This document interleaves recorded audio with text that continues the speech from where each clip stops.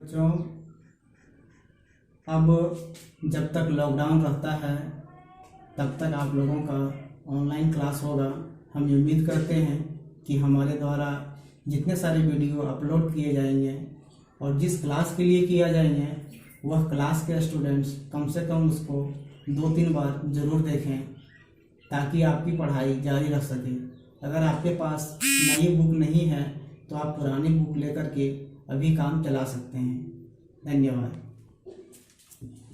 Good morning my dear students, I am Mahendra sir from golden future public school, तीसरी grade.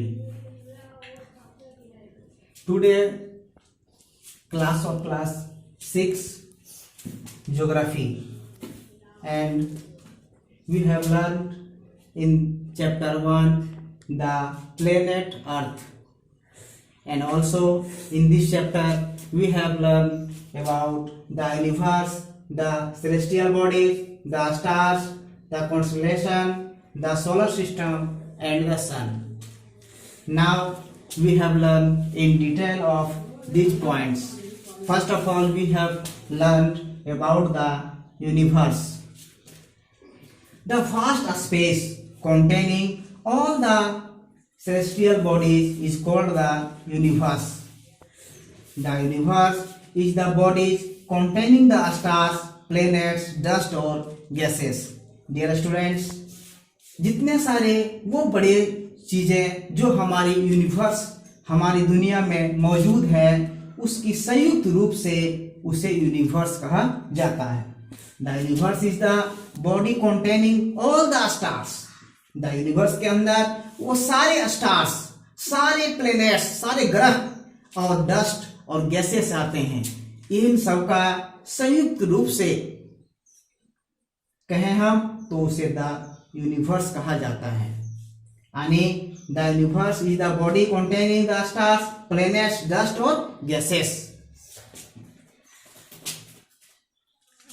The सभी stars, सभी planets, dust या फिर सारे गैसेस को मिलाने के बाद एक जो ब्रह्मांड बनता है उसी को हम लोग द यूनिवर्स कहते हैं। यूनिवर्स मीन्स ब्रह्मांड। Now we have learned about next point, the celestial bodies. In this second point, the celestial bodies, it is also called the heavenly bodies. When we look up in the sky, जब हम लोग आसमान में देखते हैं, we see the sun during the day and uncountable stars and moon at night. दिन में तो हमें एक ही सूर्य दिखाई देता है, जबकि रात में हम लोग जब आसमान की तरफ देखते हैं तो अनकाउंटेबल स्टार्स, अनगिनत तारे and moon in the sky, चांद तारे सब हमें रात में दिखाई देते हैं। All the objects in the sky are called heavenly bodies. और ये सारी चीजें जो हमें आसमान में दिखाई देती है, चाहे वो दिन हो या रात हो, इसी को हेवनली बॉडीज कहा जाता है। And it is also called celestial bodies, और इसी को सेल्सियस बॉडीज भी कहा जाता है। जैसे sun, stars, moon are the celestial bodies. It is also called heavenly bodies. There are many other heavenly bodies which we cannot see with naked eyes because they are very far from us. इसके अलावा celestial bodies में और बहुत सारे ग्रह, उपग्रह आते हैं, लेकिन वह काफी दूर होने की वजह से हमें दिखाई नहीं देते हैं, जिसे हम लोग नेक्ड आईज से नहीं देख सकते हैं। अगर हम इसे कोई डिवाइस द्वारा देखें तो देख सकते हैं। अब इसका आप एक स्क्रीनशॉट ले लें और आप इसका एक नोट्स बना लें। प्रत्येक पॉइंट का जो उसकी डिटेल होगी उसकी एक आप नोट्स बना लें, तो क्योंकि जितने सारे question answer filling the blanks MCQ true false आएंगे वह इसी मेन पार्ट से आने हैं। We have learned about the stars. It is a heavenly body that is self-luminous, that is shines by producing its own light. A star एक heavenly body है जो self luminous करता है, that means they producing their own light। एक star की सबसे बड़ी खासियत यह है कि वह स्वयं सेल्फ लुमिनस करता है, मीन्स अपने चमकता है, उसकी अपनी रोशनी होती है। Stars are very big celestial bodies, और यह स्टार बहुत ही एक बिग बॉडीज है, यानी हेवनली बॉडीज है, लेकिन यह हमें बहुत ही छोटा दिखाई देता है। ये तारे हमें बहुत ही छोटे दिखाई देते हैं, because they are very far from us. यह हमारी पृथ्वी से काफी दूर होने के कारण स्टार हमें बहुत ही छोटे दिखाई देते हैं। The sun is the nearest star to the earth. हमारी दुनिया में, हमारी यूनिवर्स में अरबों खरबों तारे हैं, लेकिन उसमें से सबसे नजदीक का तारा सूरज है। यही कारण है कि सूरज हमें अन्य तारों की अपेक्षा ज्यादा बड़ा दिखाई देता है। Sun is the nearest star to the sun earth. The stars are made up of burning gases. जितने सारे स्टार्स हैं वह बर्निंग गैसेस से बने हुए हैं। उसमें गैस लगातार बर्निंग जलते रहती है, यही कारण है उसकी चमकने का राज। इसकी एक आप स्क्रीनशॉट ले लें ताकि आपको नोट्स बनाने में फायदा होगा। जितने सारे पॉइंट्स हैं और उसकी जो डिटेल है इसको आप एक कॉपी में बढ़िया से सजाकर लिखें, ताकि आपको बार बार पढ़ने से और इस वीडियो को 2 बार देखने से पूरी समझ में आ जाएगी। अब हम लोग नेक्स्ट पॉइंट की ओर चलेंगे, constellation.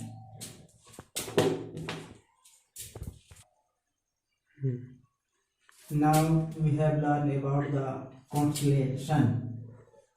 If you watch the night sky closely, you can see cluster of stars. रात के समय में जब आप ध्यान पूर्वक आसमान की तरफ देखते हैं तो आपको बहुत सारे क्लस्टर ऑफ स्टार्स दिखाई देते हैं, यानी तारों का गुच्छा, तारों का समूह दिखाई देता है जो आसमान की ओर रहता है। These groups of stars are called constellation। और इसी ग्रुप ऑफ स्टार्स, ये तारों का समूह जो होता है, इसी को कॉन्स्टलेशन कहा जाता है। इसे हम लोग आकाशगंगा भी कहते हैं। ये कॉन्स्टलेशन में है जस्ट 10 स्टार और sometime more than a million stars. इस तारों का समूह में मात्र कम से कम 10 तारे भी हो सकते हैं और अधिक मिलियंस में हो सकते हैं, लाखों तारे हो सकते हैं एक ही क्लस्टर में, जिसे कॉन्स्टलेशन कहा जाता है। Now we have learn about the solar system. इसकी एक आप स्क्रीनशॉट ले लें ताकि आपको नोट्स बनाने में आसानी हो।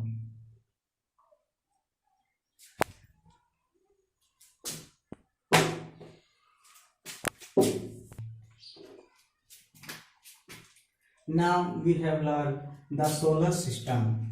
The solar system. The solar system is the name given to the sun or the planet that revolves around it. Solar system का नाम उसे दिया गया है जहां पर सन बीच में है और चारों तरफ उसके जो भी मूव करते हैं, जितने सारे प्लैनेट्स मूव करते हैं सन के चारों तरफ, उसके नाम को सोलर सिस्टम दिया गया है। Solar system can be defined as the sun together with the 8 planets. Solar system को डिफाइन करने के लिए हम लोग सन के साथ उसके 8 प्लैनेट्स जुड़े हुए हैं, and all other celestial bodies that are bound by its gravity.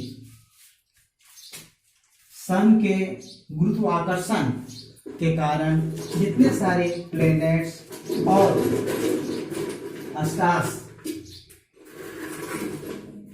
सन का चारों तरफ घूमते हैं, उसे हम लोग द सोलर सिस्टम कहा जाता है। Solar system means sun and all 8 planets and also other celestial bodies which are bound by the gravity।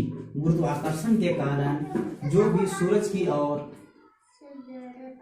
घूमते रहते हैं या कहें उससे बिछड़ नहीं पाते हैं, क्योंकि सूरज के द्वारा ग्रेविटी लगाई जाती है, गुरुत्वाकर्षण बल लगाई जाती है, तो इसे द सोलर सिस्टम कहा जाता है। Solar system means the sun and the all 8 planets included in this solar system. Now we have learned about the sun.